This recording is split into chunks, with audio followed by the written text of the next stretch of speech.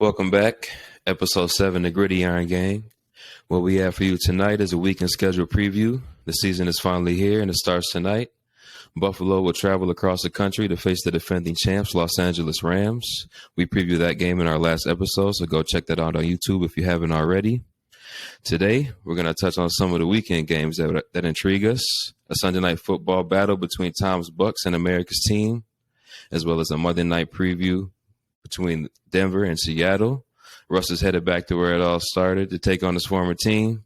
But before we get to all that, we're going to touch on some of these Sunday games. And according to ESPN, starting at noon, the most important game of the day, Baltimore is traveling to New Jersey to take on the Jets. This game, I think, is going to be great for us, man. Revenge season is on the way, and it starts in New Jersey. Flacco, this isn't your revenge game. It's our revenge tour right here.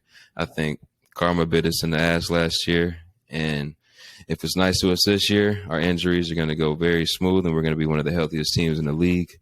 This game, though, I think our weakness versus one of their strengths in our passing offense against their passing defense, but also on the other side of things, their offense as a whole against our defense. I think we got our whole secondary back. We got the front seven healthy, and besides the quarterback going down for the Jets, they also lost their left tackle. So this game, I think, is going to be a pretty easy game for Baltimore to start the season with.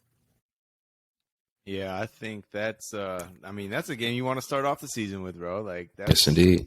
I think the only thing the Jets have going for them is they're at home, and that's really not saying much because, they got Flacco at quarterback.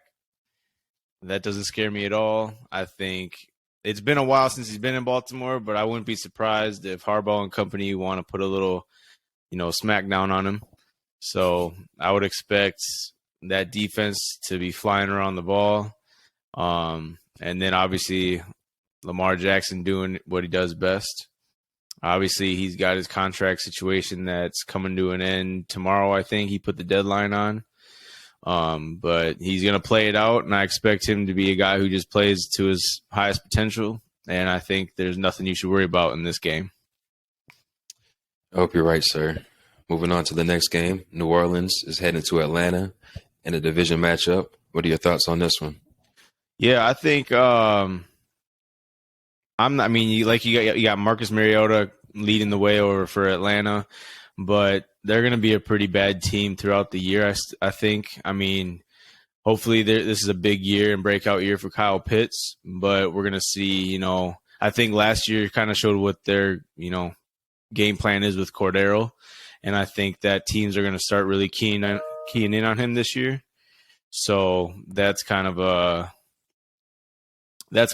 situation where he's probably not going to – he's going to get the ball a lot, get fed a lot, but he's not going to be as dynamic as he was last year, in my opinion. But then you got Drake London over there, which I think, he should have a decent year for a rookie. But honestly, you got Jameis Winston coming back on the other side. They got Dennis Allen as the head coach, who has been in that system for a very long time. So he's kind of taken over for Sean Payton, and there's not going to be too much drop off there. I think they're going to be a team in the hunt for the playoffs, and this should be a fairly easy game for them to come away with. That I agree with. Atlanta's not that talented, and they're definitely in rebuild mode. New Orleans, especially with what's going on in Tampa, I think is definitely in contention mode, especially for the division. Here, my thoughts on this game in 2015, this would have been the game everybody wanted to see, the hottest thing on television. Heisman winner versus national champion, number 1 and number 2 picks in the 2015 draft. Now, Mariota's been on a couple teams now. This is now Winston's second team after moving on from Tampa. And I think a lot of people like to focus on the negative with Jameis, but yeah, 30 interceptions is a lot, and it's way more than you need to have. And he did fumble the ball quite a bit that year. He did throw 30 touchdowns, and people forget he did throw 5,000 yards. So this guy is talented. Last year, he did cut down on the turnovers before he was injured. So I'm intrigued to see how he does this year in this new offense under Dennis Allen.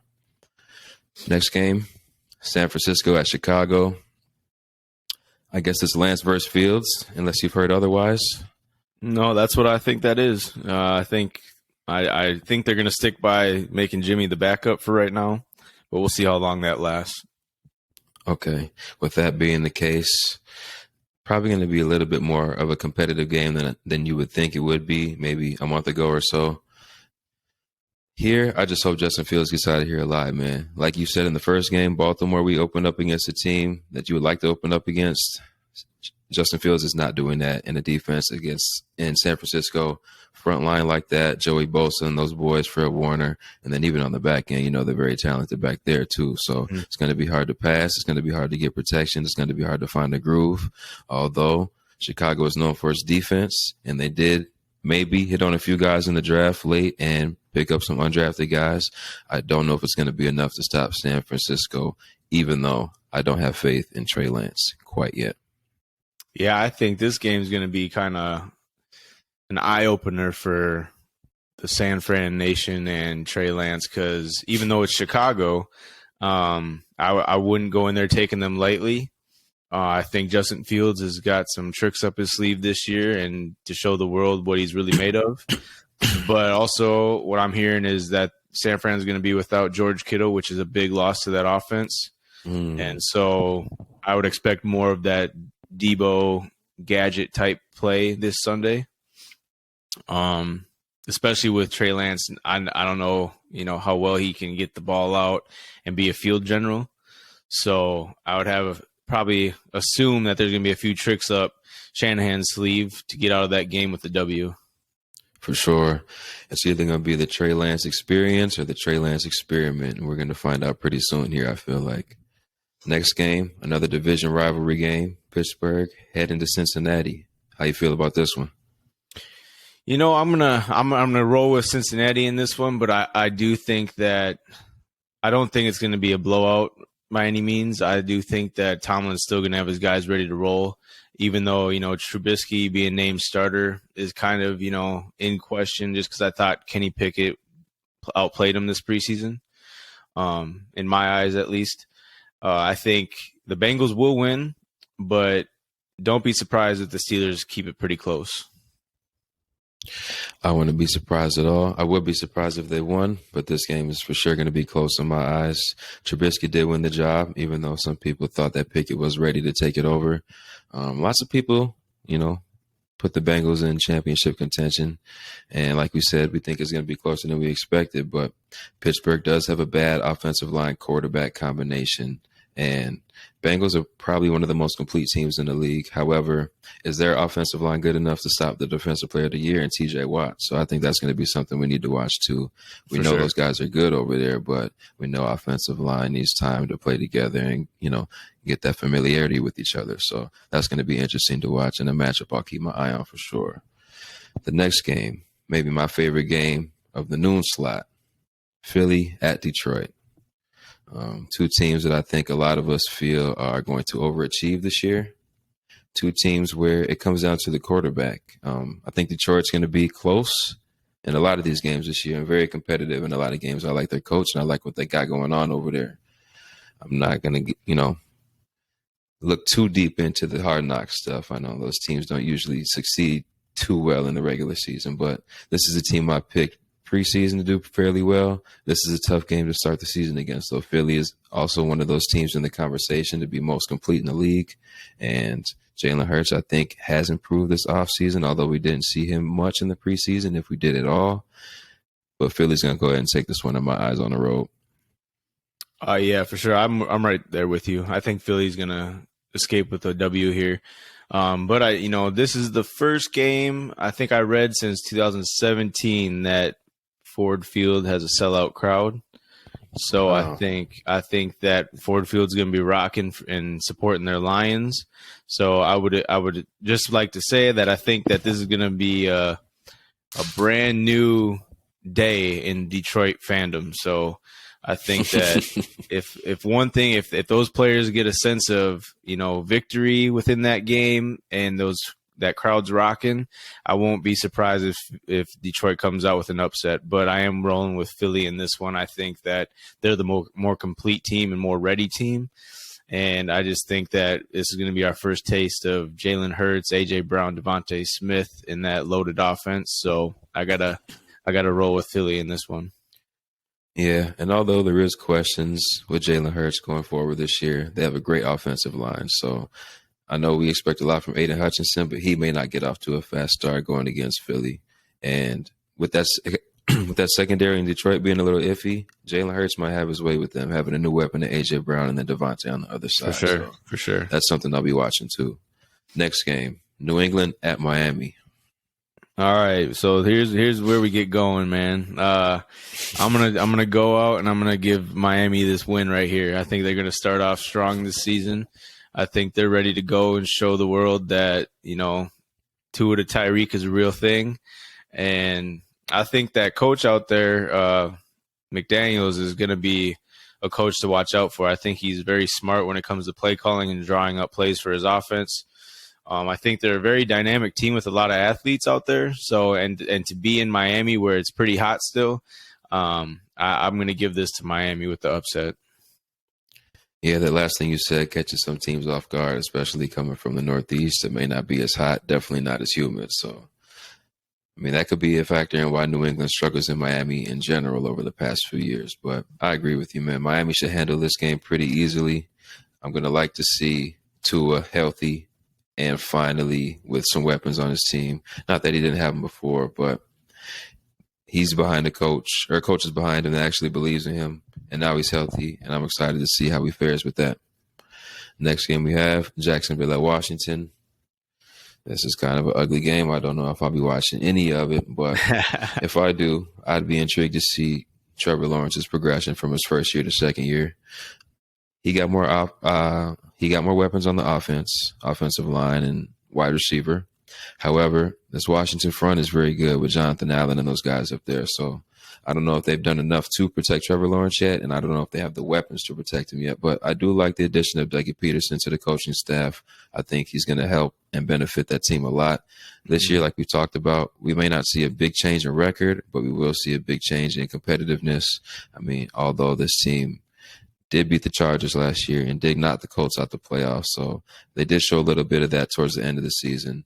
But I think the coaching change makes everything in the world for this team. However, I have Washington winning this game. Ron Rivera's been there. The team is better overall. Carson Wentz, I trust a little bit more than Trevor Lawrence right now. But I expect that to change within the first month of the season or so. Yeah, I think, and that's like the one thing about week one in the NFL is everyone's pretty much unscouted because they're not showing much in the preseason. They're throwing new things at you that you aren't expecting.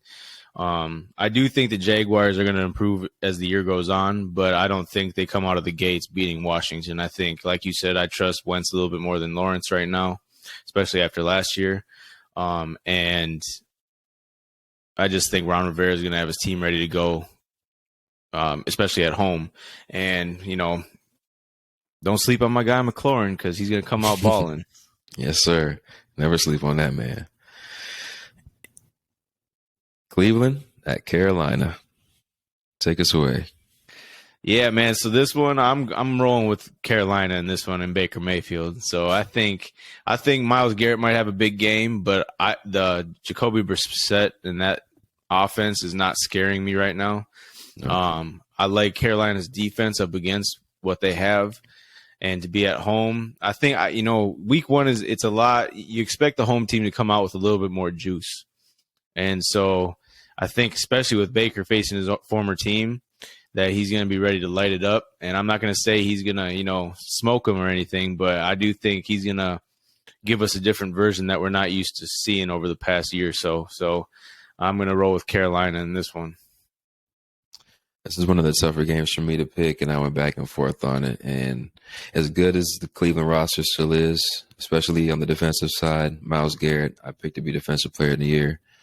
But, man, it really comes down to quarterback when the rosters are kind of even, and I trust Baker more than I trust Jacoby. Losing Jarvis, losing, a bunch of weapons on that offense.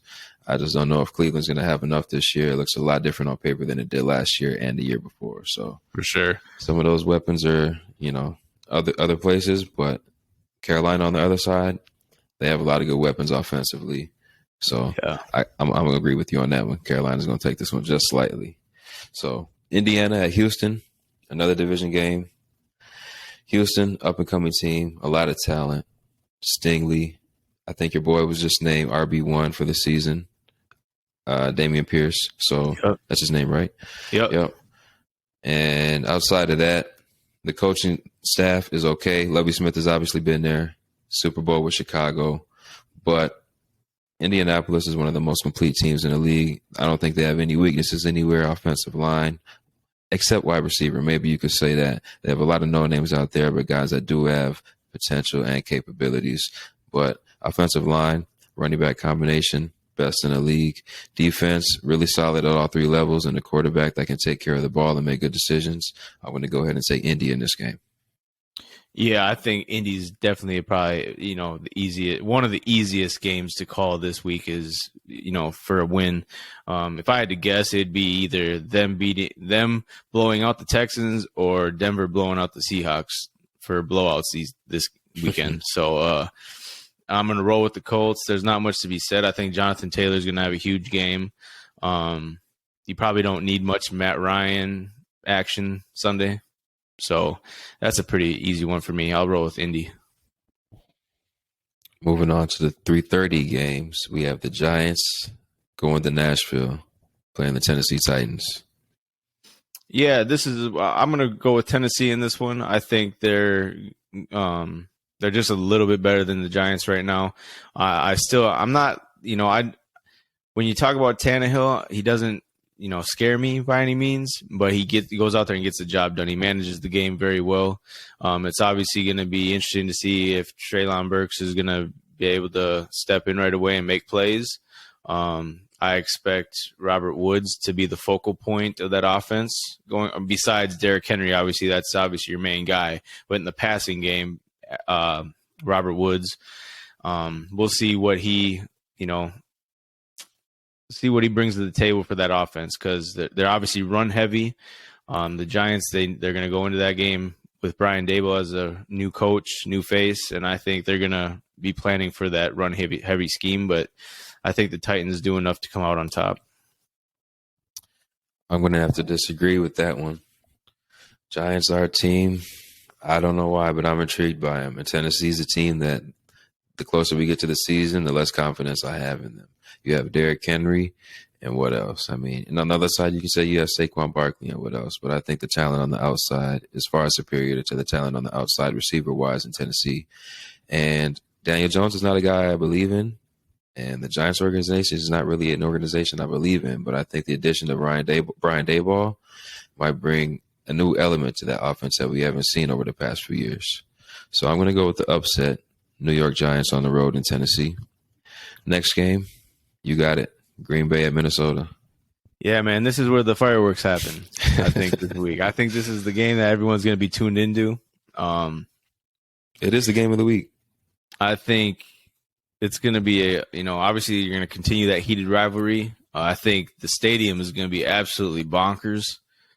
I think that the Vikings do just enough on offense with the, new high-powered offense we got coming in, and the scheme that Kevin O'Connell's bringing in. I think we're going to kind of show the Green Bay that you might have a great defense, but we're here to play. And I think our defense is going to make a few plays. I believe the Packers might come in and honestly to try to establish that run game without Devontae there, and all those questions surrounding those receivers, especially in an environment like US Bank Stadium. I think they might want to set the tempo with the run game and see how far they can get with that. We've obviously been suspect to the run or susceptible to the run the past however many years. And switching to a 3-4, you don't know how Daniil and Za'Darius are going to be playing the run off the edge like that as well. You obviously got a great defender in Kendricks, Jordan Hicks up the middle, but I'm still kind of nervous about those three linemen. I know I've been speaking highly about them in the training camp preseason in Dalvin Tomlinson and Harrison Phillips, but we also got a veteran, Jonathan Bullard, playing on the opposite side. And that I don't know much about him. I don't know how well he's going to come in and stop the run, let alone pressure the passer. So I got the Vikings winning 27-23 in this one. This is the one game I have a predicted score. So I think it's going to be close. It's going to be an absolutely fun game, and this is why we're excited that football is back.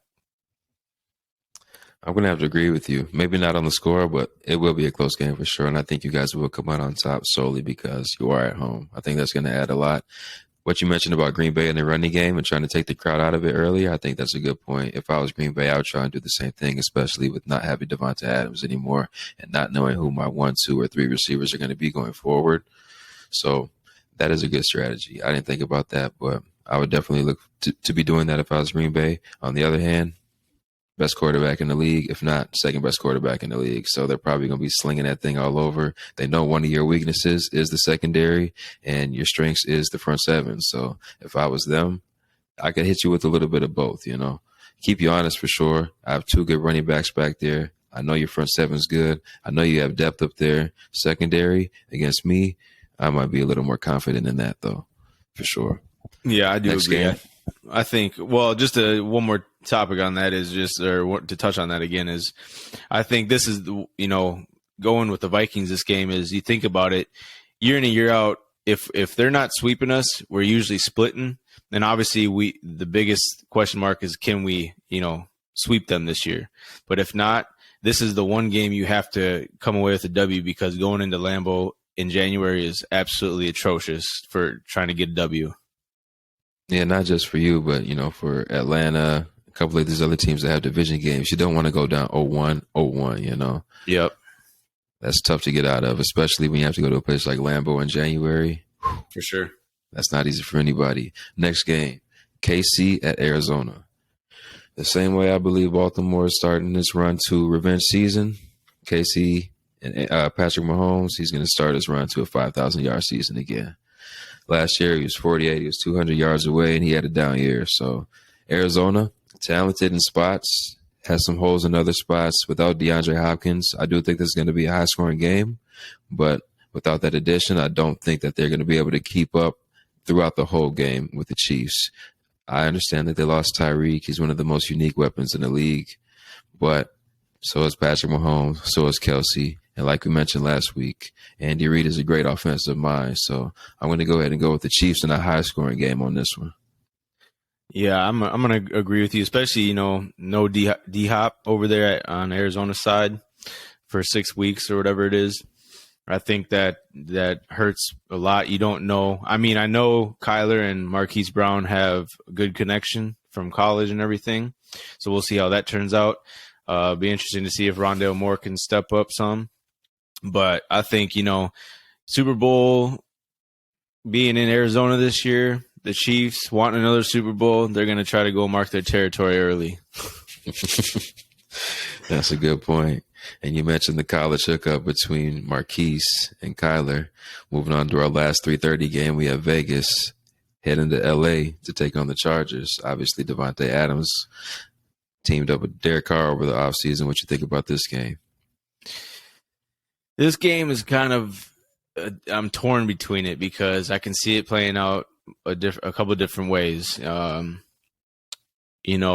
think the Chargers have huge. I mean, both teams have huge expectations this year. And honestly, I kind of want to go with the Raiders pulling this one out as an upset. I just think that there's going to be some major juice with Carr and Adams teaming up first week back together, wanting to make some explosive plays happen. And, don't sleep on that Raider defense. I think that they got some key pieces that came over in the offseason. Obviously, I would expect this game to be more of a higher scoring game compared to most of these games. And to be in LA, perfect conditions, this is going to be another high-flying game, I think. And I'm just going to go with the Raiders pulling off the upset here. Yeah, to your point, Chargers are one of the most complete teams in the league. And to your point of it being a high-scoring game, J.C. Jackson will miss this game. So Devontae Adams and Derek Carr might have a field day because I don't know who's going to be out there guarding him. Maybe Asante Samuel Jr., but still, that's going to be a tough matchup if you're not an elite guy out there. Vegas with the upset is interesting. I mean, the defense is still going to have to hold up against Keenan Allen, Mike Williams, and Austin Eckler, obviously. But the offensive line scares me for Vegas, and I think that defensive front for Chargers. Not only Joey Bosa and Khalil Mack, but they also got Joseph Day and a couple other guys along that front that are going to be very beneficial. I don't know if that offensive line can hold up for Vegas. That's honestly my biggest question for this team this year and why I have them out of the playoffs right now. Yeah, it is a fair question as well, because I do have my concerns about that as well. But I just think, both. I mean, I think every team coming into this week one is going to have a lot of juice going into these games. It's just a matter of, playing to your strengths. And I think McDaniels being the head coach in Vegas this time around, I think he's going to bring a little something more to the table with his experience in play calling, throwing that Charger defense off balance. And I just think that they pull it out maybe by, a field goal, but, and we don't want to be predictable with these picks, so I'm trying to keep it. No, I understand. Here. So, Chargers to me on paper is probably the easiest way to go, but, I just would like to switch it up a little bit and be a little different here. So, that's why I like the Raiders. I think they're, the offensive line is definitely a fair question mark. But I just think that's probably going to be one of the more fun games to watch. I probably won't get to watch it because I'll be watching my Vikings, but I'll definitely be keeping tabs on it, though. No, it'll definitely be one of the more fun games to watch. And luckily, I have 3 screens at the house, so I'll be watching this, the KC game, and the Vikings game. Apologies to Giants and Titans fans. To kick off Sunday Night Football, we have Tom in Tampa Bay taking on Dallas in Texas. They're making the GOAT travel week 1, something you don't see too often. What are your thoughts on this game? Yeah, I think it's interesting because obviously they kicked off the season on Thursday night last year. And, we saw that game go down to the wire, I think. And I think that left a lot of Cowboys fans thinking, hey, we'll see you in the playoffs and we're going to the Super Bowl. But we saw how that ended. To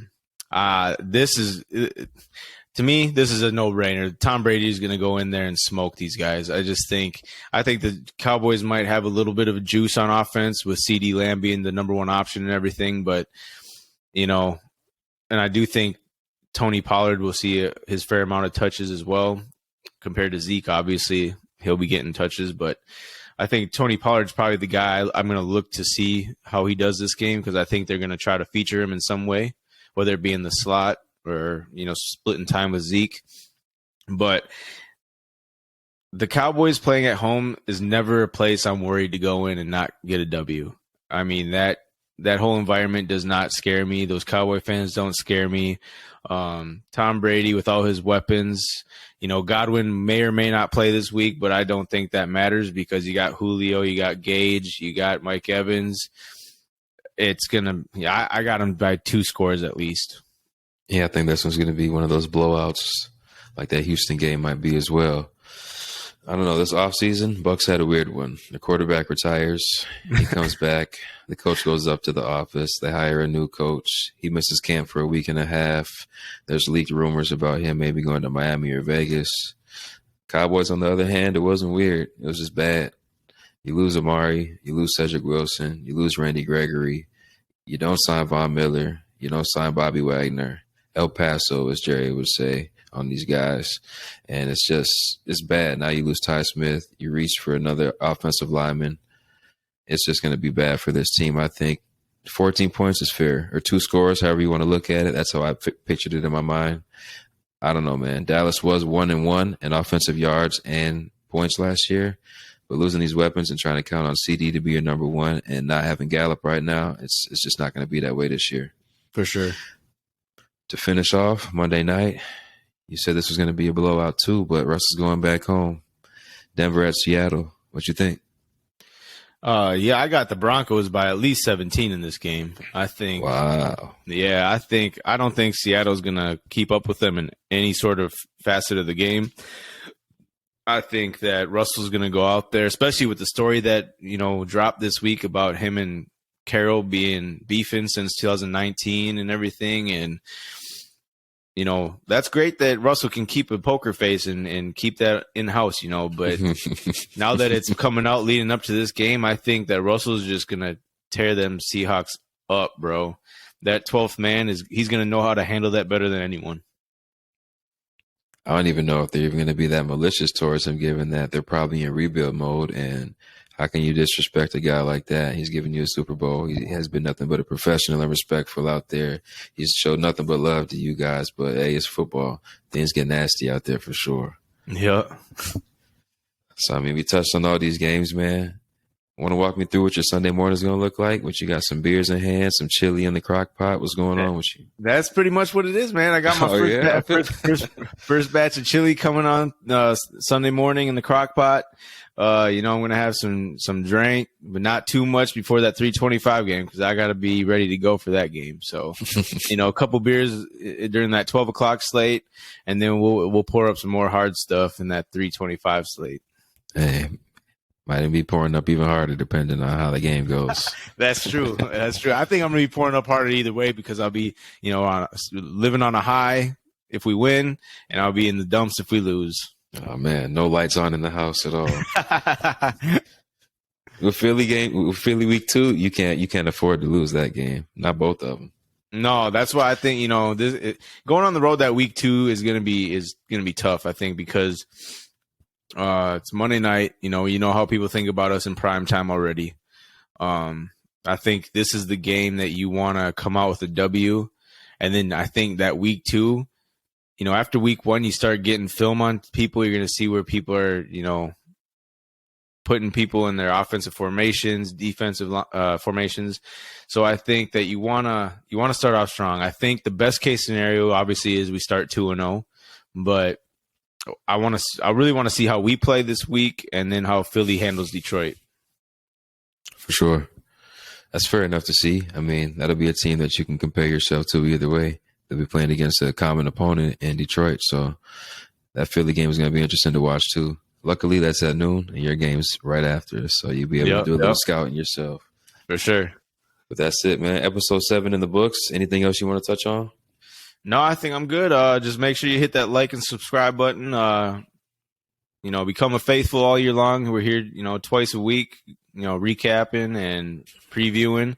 I think that it's going to be a fun year, obviously. And, let us know your favorite teams and how your predictions for them are going to be. And, don't be afraid to show some love for your team on the channel. We all go through it. So, yeah, win or lose, we're here. We're NFL fans, and we love the game. So it's, going to be a fun year.